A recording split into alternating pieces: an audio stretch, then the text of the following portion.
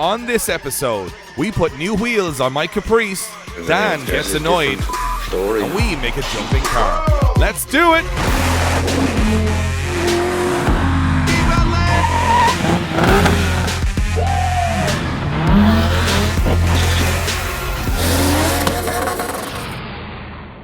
What's up, guys, and welcome to another episode of the Drift Games YouTube channel.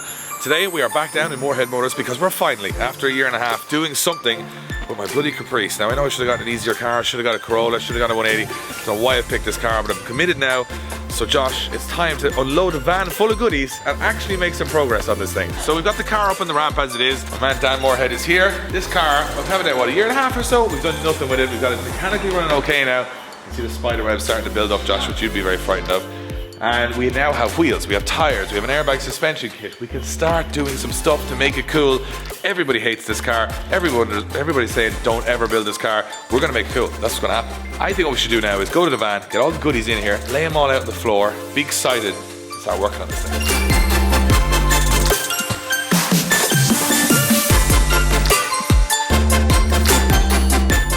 Okay, so here's all the goodies we have. Full airbag suspension kit. We've got all the accessories for the wheels.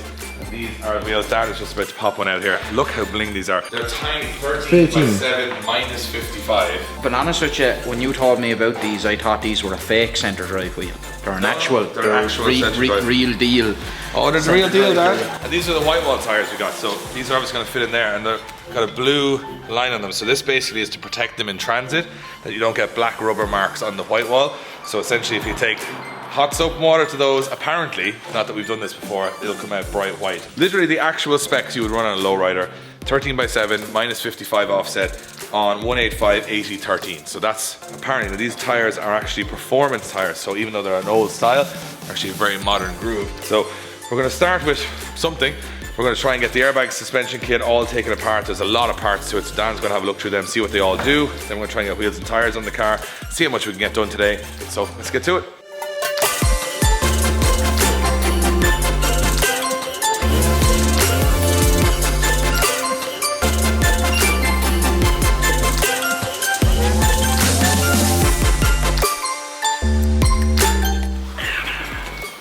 That's an idea of the stats. Oh, look at the job! Look at that! Now I'm invested. Because we've done nothing with it. Now I'm like, that looks unbelievable. From here, you're like, oh yeah. So the wheels are about 4.5 feet inside the arch, but this is like. Do you want me to stick a tyre on the other one? We'll just drop it down to the floor? Yes. The tyre make the floor? Yes. Okay. Like, you're going to have to buy a mallet to bring with you, if you know what I mean. And when you get to a destination, you get out, you give each wheel a knock. So basically they come loose and I need a hammer to keep tightening them. John Shanahan would be proud.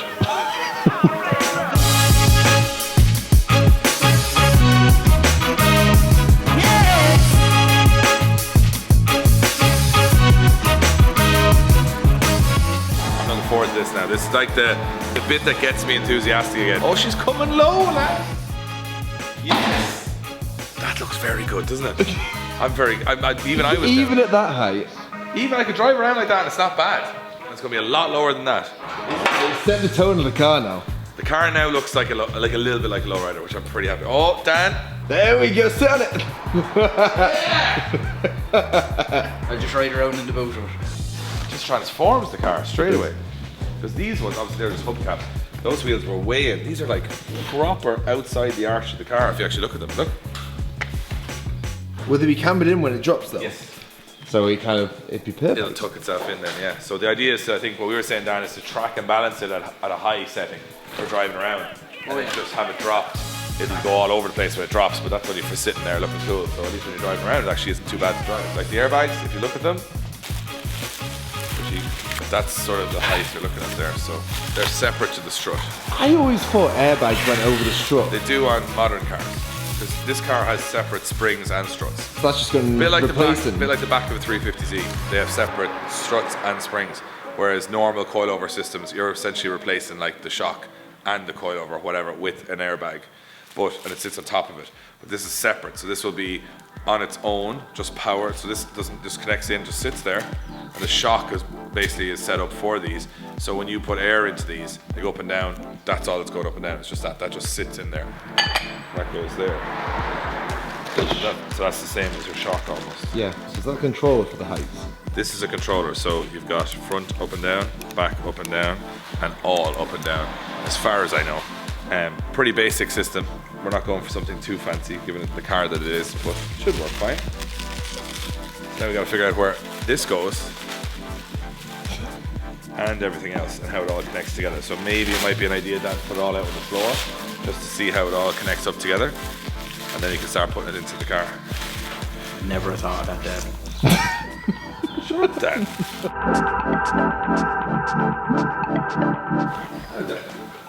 Mount that there.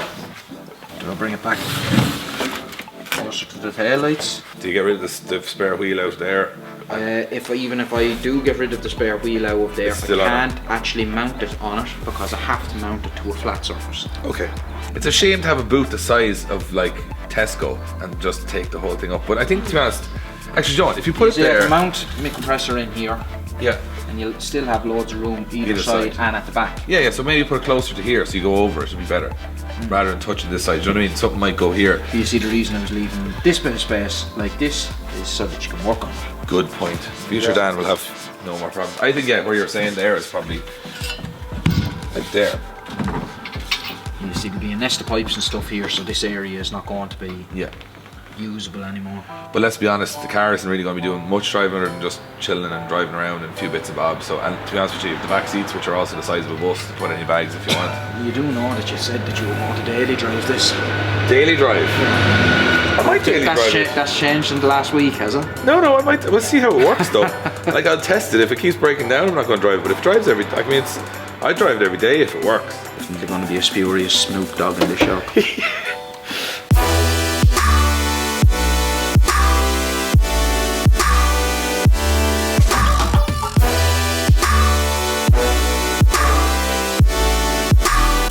What's up, guys? We're back with more action from the Caprice build in a couple of seconds time, but in the meantime I want to give a big shout out to one of our partners, M-Tech Brakes. They're one of the UK and Ireland's leading brake component suppliers. Their stuff is awesome and their prices are very reasonable. If you want to upgrade your brake system today, get on their website and check out their full range. Okay, so the first problem we're having here now is that it looks to me, and Dan, that the shock and the bag are separate on the front. However, on the car, the shock runs through the spring. Am I right in saying that, Dan? You are correct. So the one piece here, this seems to be just the bag goes in and then the shock goes somewhere else. But where else it goes is now the question. It's like a mystery. It's a mystery. The old Google machine might have to come out here now to see how this is done. Not an ideal mystery. No. I would suspect that there is a slightly different kit than one we have. I'd say it comes with more brackets. You see that we have gotten a bracket, but not the bracket. So this is the bracket that it's after coming with. Yeah. But where it mounts to As anyone's guess. is a different story now. Okay, so today we got a good bit of progress done. We now have the wheels and tires fitted.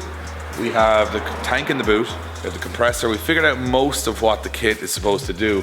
We're still stumped a little bit by how to mount the new shock, because the original shock and spring are one unit, whereas somehow this is separate. The bag is now going to go into the car.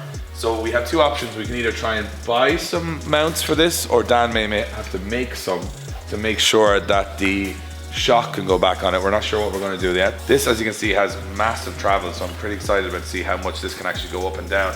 But for tonight, Dan's going to work on a little bit into the night. We're going to head back to the office, and hopefully tomorrow when we come back, we can actually have a little bit more figured out overnight. We'll do a little bit of Googling and see if we can actually get this thing going up and down on air. So it's day 2 on the Caprice air suspension and wheels. Dan, well, we're a bit late today, so Dan has actually been working on this all morning and late last night, so a lot of work has been done. Let's catch up and see what he's got through. Some issues, some problems as expected, but kind of his problem, not ours so far, so we might be in for a bit of a scolding. Daniel? Hello, David. Doing the dishwasher? Yeah. So what Dan is doing right now is, we noticed before, you can show over here, these tires come in a blue protective sort of, I don't know what you call it, like a like a coating over the white wall on the tire. We might have the car going up and down today, so we wanted to see what the whole look like was before obviously we get onto the body of it. But obviously we want to take this funny blue stripe off, so you've got to just do it old school, a bit of scrub and brush and some hot water. So we're going to get that shined up first, then we'll talk to Dan about what he's done overnight and this morning, and I'm excited to see this thing starting to move up and down, not just forward and back.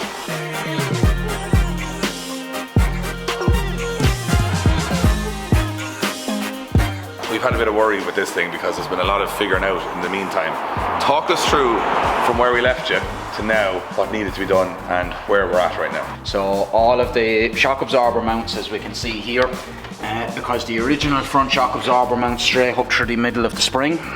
So it comes with this weld-on bracket here, which we've welded onto the chassis, and then you have to mount it off of the center of the bottom suspension arm.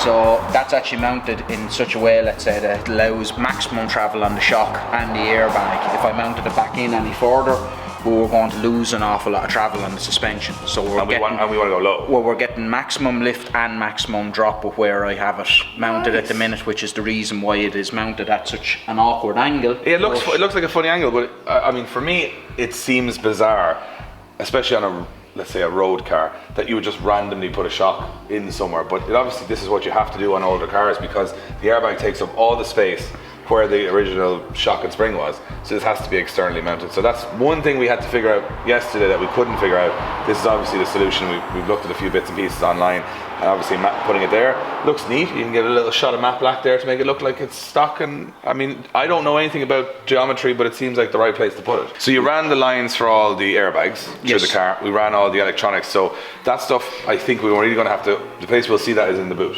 Yes, well, the electrics are all in the boot at the minute, and everything is controlled from the boot because I actually haven't managed to run any of the electronics forward in the car, but I have everything hooked up and working to a point where I literally just have to run new cables and connect everything back up. So it's sort of, today is sort of the get it working phase. Yes. And then it's the tidying phase sort of after that, because there's no point tidying it as you go if nothing works. Yeah, well, I wanted to assemble everything, let's say, make sure, number one, the biggest thing is that we had no air leaks. So it's been charged overnight with 200 psi in the tank and it hasn't lost any pressure overnight, which is kind of the big thing, let's say. We don't end up with any air leaks. Can we have a look in the boot and see what you've done there?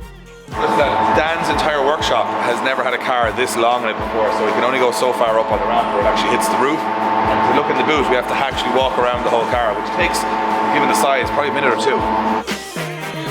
Quite a bit of figuring out here. Yes, a lot of very basic wiring, but at the same time you have to figure out how everything works and how everything goes together. So it's currently set up that it's working through the pressure valve and everything, let's say, so the cutout for the compressor is working, everything is working as it should be. Got some spacers in here, Dan. I don't think they're related. No, that was that was completely, that was holding down wiring while I was soldering stuff together. Improvisation. Paperweights of any, what are they, 50, 60 mil spacers? Yeah, they're 60 mils. 60 mil, I haven't even seen a 60 mil before, there you go.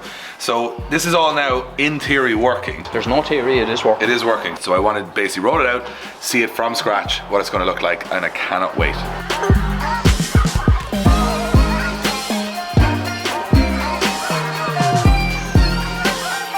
So the car is just off the ramp. It's the first time I've seen it off the ramp since we got here. Dan has checked that everything's working. So right now we should have up and down motion. Now the way it's going to work is it's going to come down slow apparently, and it can pop back up very, very quickly. So now we're going to get a little taste. Well, obviously the body's not done and the paint and all the other stuff we've done, but on the wheels with the airbag suspension, the moment of truth, how low will it go? Daniel, do the honors. Alright guys, we're going to take a quick break from the video to announce some very cool stuff that's happening on the driftgames.life shop. Right now we're restocked in all Hoonigan stuff. We got hats, we got stickers, we got key rings, we got lanyards, we got all the new Hoonigan gear in there. And even more importantly, we now have 50% off on the remaining stock from the 2019 Drift Games merch range. We got a new range coming very soon, so grab yourself a bargain. It's only available until next Monday. We're limited in stock. Get yourself something like this for less than cost price. Now, back to the video.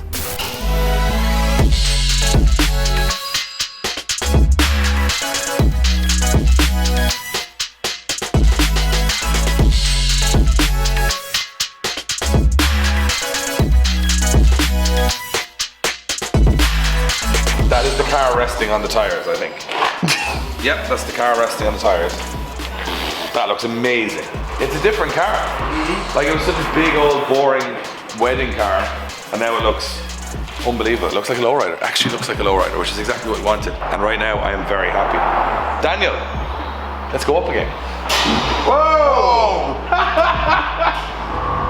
It's like that now right there. I like how it's higher at the front. I don't think we're having any speed bump issues anyway.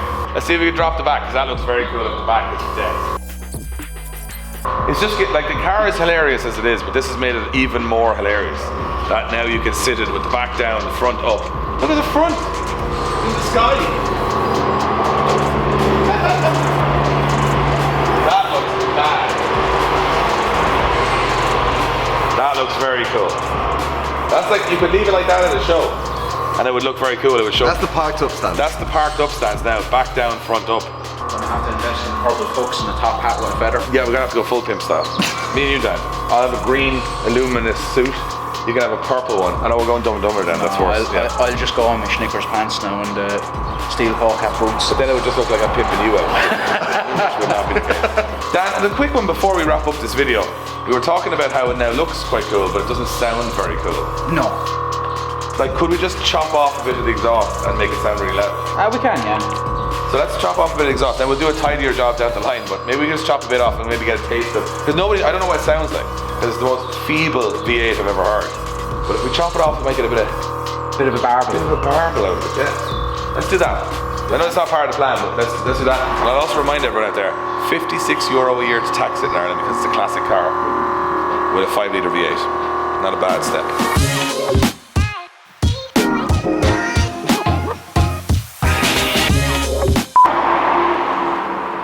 Where are you heading then?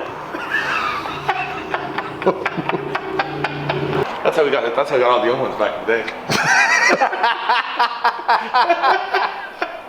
Right. So Dan has cut off some of the exhaust on the car.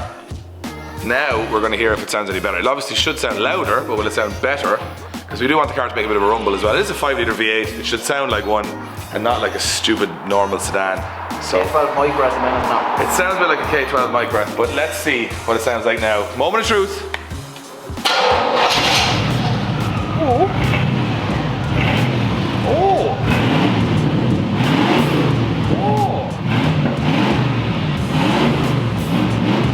Sounds better. I like that. The only thing is, believe it or not, that will actually be a good bit louder when you load it. Like when you're driving it. Yeah. At the minute we're just revving it static, like, so when it's loaded and it's under pressure, it'll sound. I quite like the sound of that. It's not too loud. No. But it doesn't sound terribly dead either. It's bassy. It's bassy. I think that's nice. I like that. I'm happy with that. So, wheels are on. Suspension's done. We tidy up the wiring, tidy up the gauges, tidy up the controller, get it up to the front of the car, button up a few things underneath, redo a couple of bits and bobs just to make it a little bit more tight. And then pretty much you should be able to drive out of the garage. We've got a couple of trim pieces to replace.